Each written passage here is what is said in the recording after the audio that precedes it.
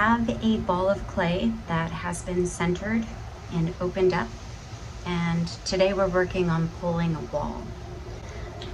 So we start off with, this is kind of the motion I do when I pull a wall. So I'm bringing the clay from the bottom up between my fingers, and I'm reinforcing them with my right hand and a sponge just on hand to make sure that everything is kept moist.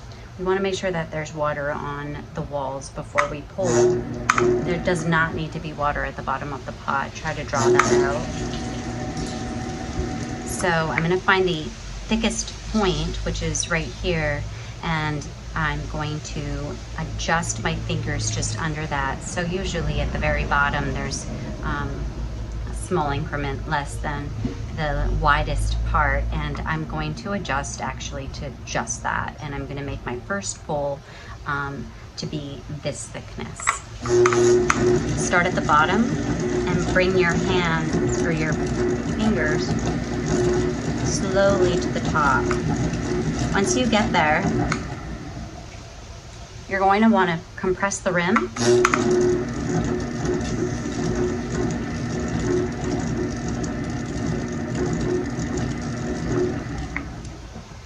So I'm going to share something with you. When you're pulling your piece, you want to keep these lines that show up along the outer edge and inner edge parallel and tight together.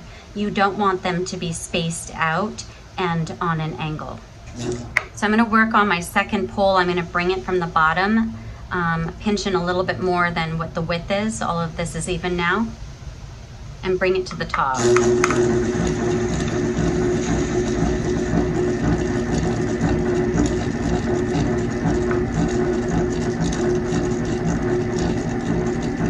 And compress the top after every pull. So when we're pulling the clay, we're not actually pulling on it. We're actually just displacing it or moving it into a direction that it's able to go. It's unable to go down, and it is unable to go to either side, inside or out. So it can only move up. That's what actually pulling is. It's not actually pulling on the clay, literally. If you do that, the bat will fly off. So keep that in mind.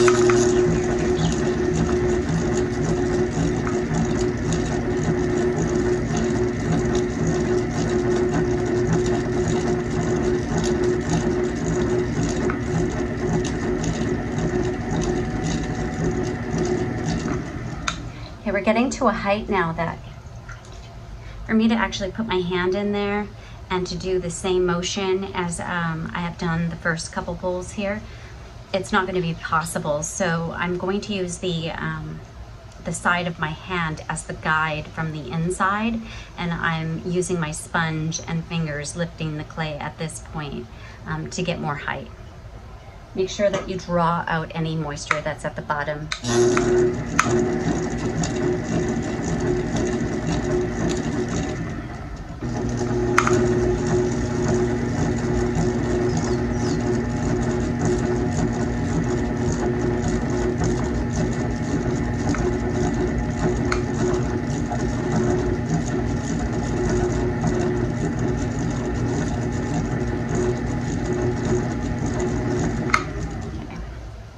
Now, these marble cups I make are actually a really good example. Something that just came up. Usually they'll end up being air bubbles. So when that happens, you'll see that the rim gets thrown off. I kind of lost it at about here. That's because there's an air bubble in there. You can feel a couple of them. So I'm going to pop them with my needle tool. Run my finger over them again. Make sure that they're smoothed out. And I will adjust and make a trim off the top of this rim. I'm just going to do one more pull before I do that.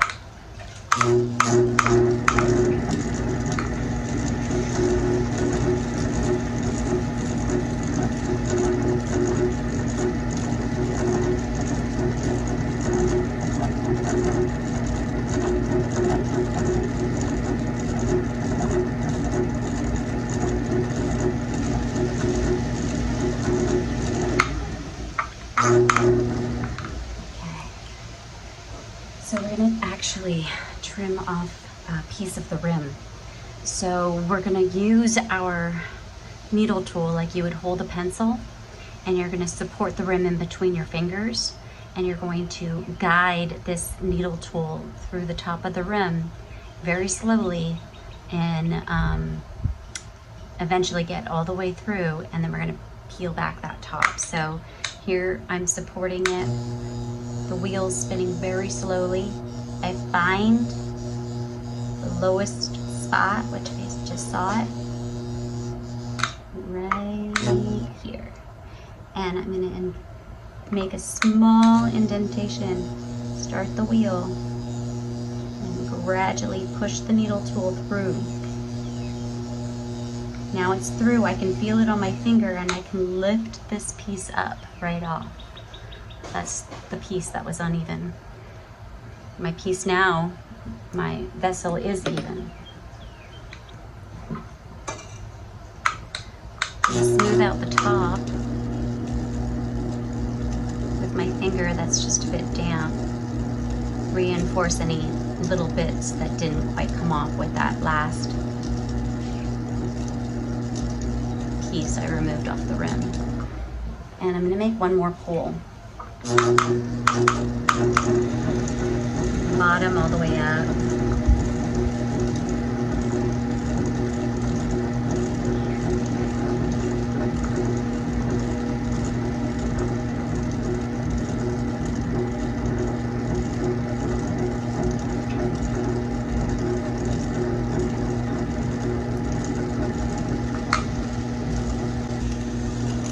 Do it a couple times.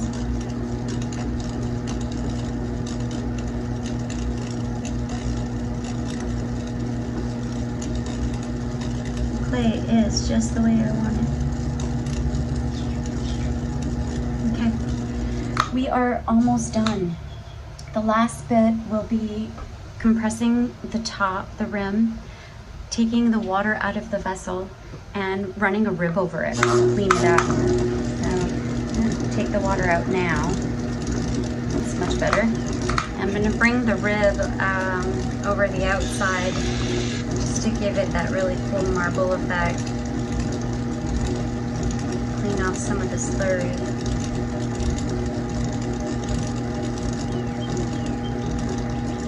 I need to do that one more time. There's so much.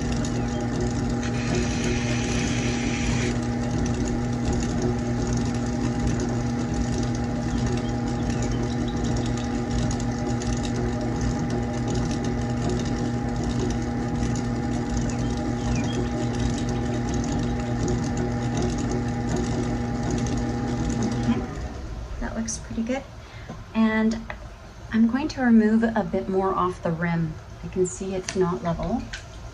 So I'm going to do a little adjustment. I'm going to try not to make too much of a mess with it. So I'm going to dry my hands off.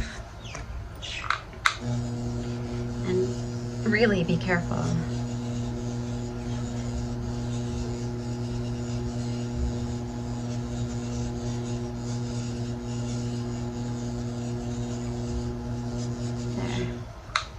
Much better. Very carefully compress the top.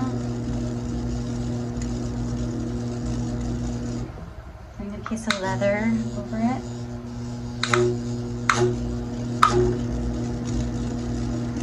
This will smooth out any of the edges. Sometimes when pieces dry, it could be rough on the lip, and a piece of leather will prevent that from happening.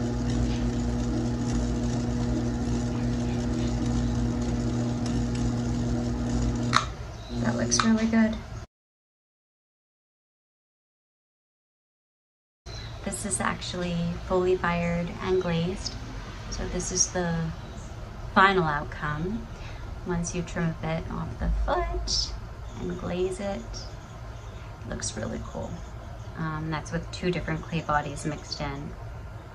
But you have a tumbler.